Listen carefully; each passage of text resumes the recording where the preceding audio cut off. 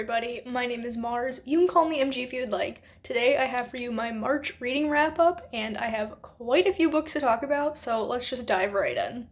So the first book that I picked up was The Bands of Mourning, which is the third book in the Wax and Wayne series by Brandon Sanderson. It is the second era of Mistborn, and I really enjoyed this book. The first two books in the series got a full 10 out of 10 stars. This one only got a 9 out of 10. There just wasn't that, spark. I was still really enjoying the writing, the characters, the plot, the magic, everything. It was still so good. It just wasn't living up to the obsession that I had with the first two books, you know? But still, 9 out of 10, really great, especially the ending. This book ended with exactly what I wanted to happen with these two characters. I'm not going to spoil it, obviously, because it's the third book in the series, but I was just so happy, kicking my feet, giggling, enjoying myself the whole time. And then the month took a sharp turn downwards. I picked up Rest Stop by Nat Cassidy, which is a horror novella. I've seen so many people talking about this, and my boyfriend had a doctor's appointment, and I wanted something to read while I was waiting for him to have that appointment. So I'm like, oh, it's available at my library. Why don't I check this out? And it was the perfect length for me to read there, but I did not enjoy this. I gave it a 3 out of 10. I finished it. It was enough to keep me going through the whole thing, which granted it was quite short, but I didn't like it. The only truly, scary part of it was involving spiders. It was, one of the very first chapters, and I don't think it would have been scary if I didn't have arachnophobia. Spiders genuinely terrify me, and that's why I was scared, not because the book was scary, you know? This is about a guy who gets stuck in a gas station, convenience store type place, a rest stop, if you will, overnight. He's, in the bathroom, and there's this murderer, and it should have been scary, but it was just so boring. Even the descriptions of, these dead bodies and all the gore were just so bland. And then, it got so wild out of nowhere in such a bizarre way. And then the ending was just what? I did not like this book, and I had such high hopes for it. Maybe that was my downfall, but it was just not a good time, I don't think. Then, as if things couldn't get worse from there, I had two DNFs in a row. So I was doing one of my rereading vlogs, which I will link down below for you. The first two books in that vlog I DNF'd because I just didn't enjoy them. This was specifically rereading middle grade books, and the two that I DNF'd were The Water in the Wild by K.E. Ormsby and Spellbinder by Helen Stringer. The Water in the Wild I DNF'd about 11% in, and Spellbinder I did get about 50% in, but ultimately neither of them were holding my attention. I didn't care about the characters or the world. I just didn't want to reread them, so I didn't, and I will be unhauling these and not continuing on with the series. The saving grace for that vlog was definitely Dragon Slippers by Jessica Day George. I remember absolutely loving this book when I first read it eons ago, so I was absolutely terrified that I would hate it this time around, especially coming off of two DNFs, but thankfully I didn't. I really love this. I gave it a 9 out of 10.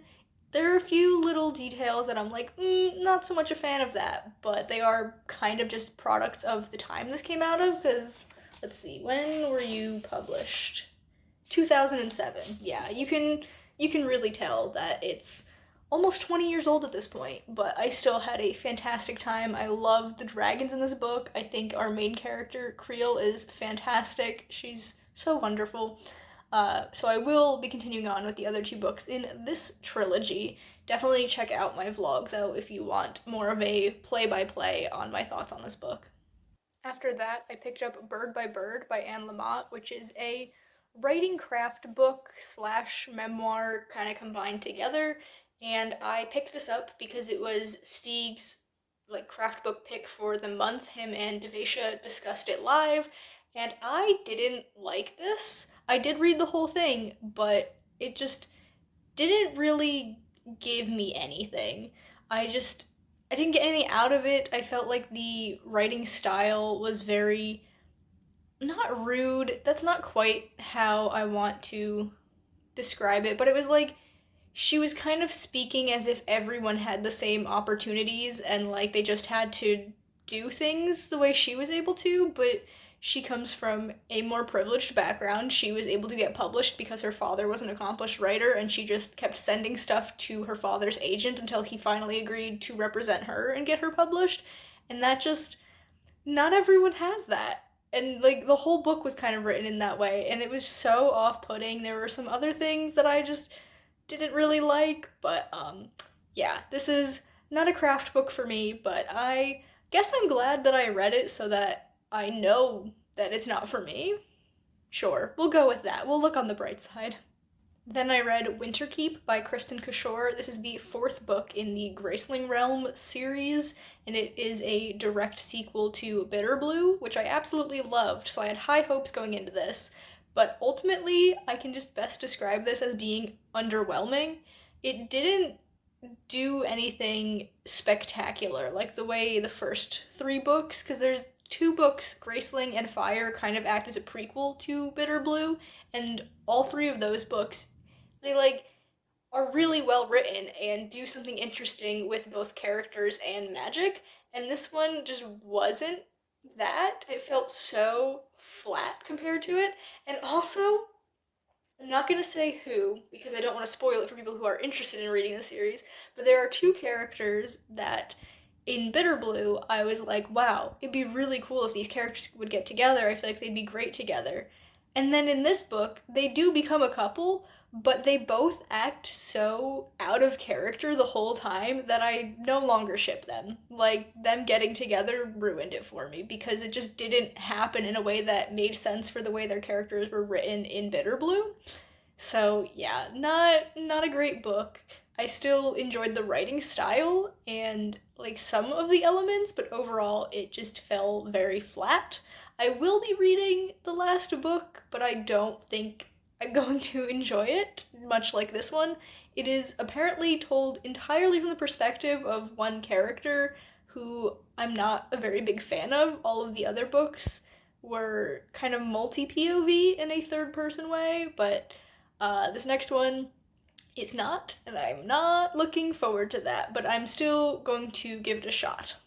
After that, I read The Chalice of the Gods by Rick Riordan. This is the sixth book in the Percy Jackson and the Olympians series, but it takes place after the House of, no, not House of Hades, Heroes of Olympus series. House of Hades is one of the books in that series. There's so many.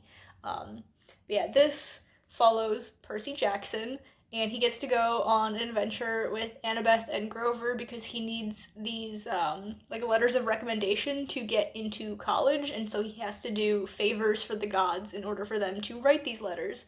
And it's not necessary. We didn't need to have this book, but I'm so glad we do because I just love the characters so much, and it was so great getting to see them all together again.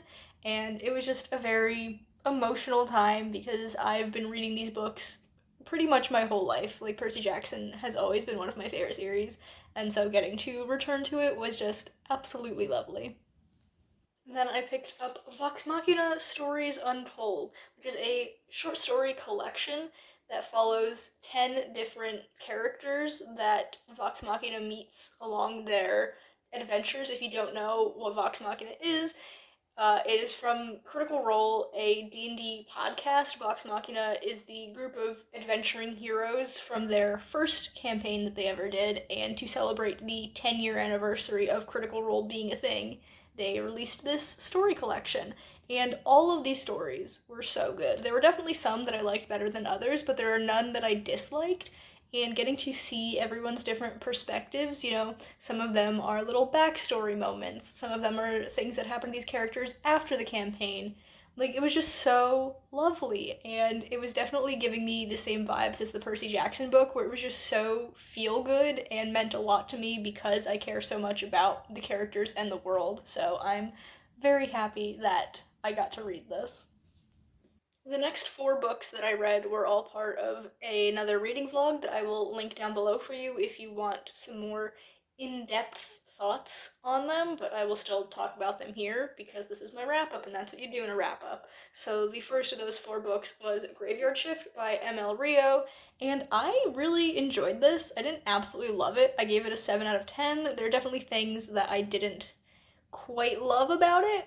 Mostly, I just wanted more though, but I wanted more because I was enjoying it. It is quite short, it is like just over 100 pages, and a lot of people were so disappointed in this because ML Rio's first book, If We Were Villains, was a huge hit, and it took 7 years for her second book to come out, and the fact that it's only a 100-page novella upset quite a few people, and I understand that, but also I don't know, some people just are slow writers or they don't write a lot. Who knows?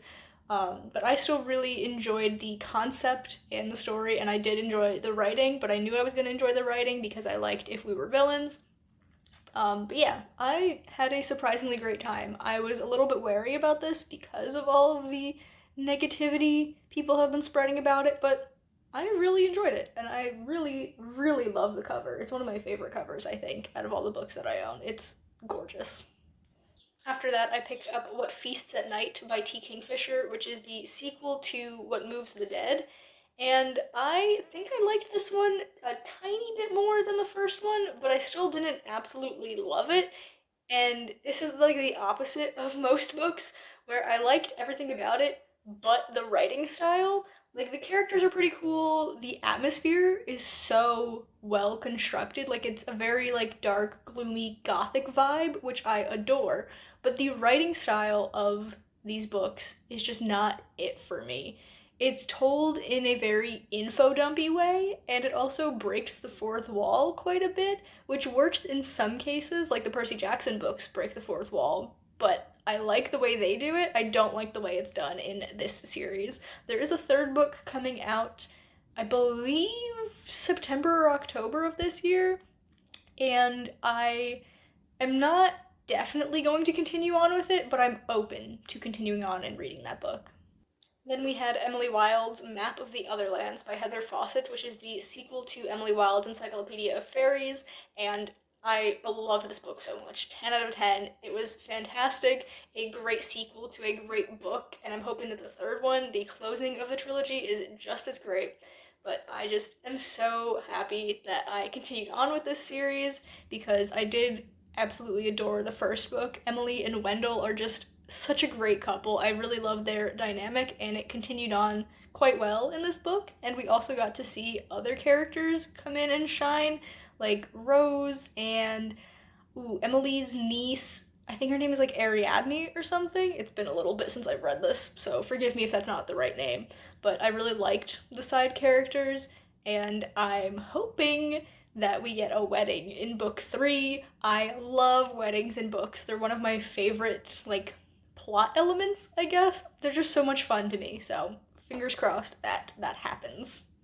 And the final book that I read for that vlog was A Natural History of Dragons by Marie Brennan. This is the first book in the Memoirs of Lady Trent series, and it gives really similar vibes to Emily Wilde, if I'm going to be honest, only instead of fairies, there's dragons, and it's less of a magical vibe, it's more of a scientific vibe, like the dragons kind of just are creatures in this world, this version of the earth, and they are written in a memoir style, hence the series being called Memoirs of Lady Trent, and it is this woman who is now older reflecting on her younger days when she got into like studying dragons, and I really, really enjoyed this. It's not a full 10 out of 10. There were some moments where I thought that the memoir style kind of hindered the story, but overall, I had a great time, and I will be continuing on.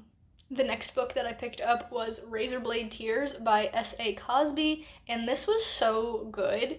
I just feel like people would get more out of this if they're actually more into the genre than I am. I am not a huge fan of contemporary novels or literary fiction. I really liked the almost thriller-esque moments to this. I thought those were my favorite bits, and like the story itself is just so great. Like, I love the characters and what they're doing and why they're doing it. It's just not a genre for me, which is why I didn't absolutely love it. I'm not obsessed, you know? So I will be passing this on, even though I did really like it, because I don't see myself returning to it, and I know there are people out there who will absolutely fall in love with this book and want to return to it again and again. And in a complete tonal shift, after that, I picked up Ice Planet Honeymoon by Ruby Dixon. This is a collection of four kind of short stories or novellas, each one following the first four books in the series. And I've read the first four books, so it was time for me to read these. And so each book in the Ice Planet Barbarians series follows a different couple, so the four stories here are like a honeymoon for each of those couples, hence Ice Planet Honeymoon. I don't know why I'm over explaining this, but I did really enjoy this. My favorite couple is still from book two. I didn't get that changed from reading this. There were some of these stories that were a little bit better than others, but overall, it's just a silly fun time, and I very much look forward to reading more Ice Planet Barbarians books. And finally, we come to the last set of books that I read, which kind of a lot. It's the 17 volumes that make up the Ajin Demi-Human series. I binged the whole thing. This is a manga by Gamon Sakurai, perhaps? I don't know if I'm pronouncing that correctly. But basically, these Ajin or demi-humans are people, but they don't die, or like they die but they come back to life, you know, they don't stay dead. And I thought this was a really fun premise, but the execution was not my favorite. All of these volumes I gave either a 6 or a 7, except for two near the end that got an 8 out of 10 and that I really liked what they were doing. I felt like the pacing was just really off, and that's something that I have a critique on for a lot of manga that I read, because pacing in images is different than pacing in like a written novel, and it didn't work for me here, and the main character also just wasn't my favorite. So for that reason, I didn't love the series, but I still had a fun time. I mean, I read 17 volumes of it, so obviously I was enjoying it. I just didn't love it the way I wanted to, but it was still a nice way to close out the month. So those are all of the books that I read in March. Let me know down in the comments what you guys read, what your favorite book was, if you DNF'd any books like I did. It truly was a mixed bag this month. I feel like I say that often, but we had DNFs, we had 3 out of 10, 5 out of 10, 7 out of 10, we had a couple 10 out of 10s, like truly the whole range. But we have now come to the end of this video, so if you've enjoyed it, be sure to give it a big thumbs up. You can subscribe to my channel for more content, and that way I'll see you guys in the next one. Bye everyone.